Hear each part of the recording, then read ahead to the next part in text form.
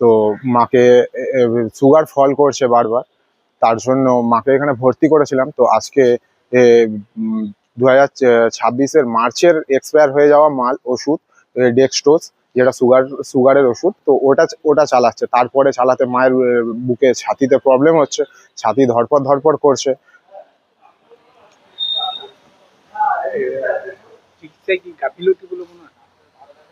গাফিলতি না হলে কি এইসব জিনিস কোনোদিনও মেদিনীপুর মেডিকেল কলেজে হতে পারে? আপনি অভিযোগ করবেন? হ্যাঁ, নিশ্চয়ই করবো, অভিযোগ তো আমি করবো। কি হতেই পারে, সেটা তো মানে যতক্ষণ না ডক্টর দেখছেন, তা আমি বলাতে যাচ্ছেন না যে কিসের থেকে হয়েছে, যতক্ষণ না এক্সামিনেশন হচ্ছে। অসুবিধা এখন ছাতি ধরপড় করছে। ভুল স্যালাইন দেওয়ার জন্য কি এইটা হতেও পারে। কি বললো সুপারের সাথে? স্যার তো তাকে করলো, মানে ওই ওয়ার্ড থেকে অন্য ওয়ার্ডে রিপ্লেস করার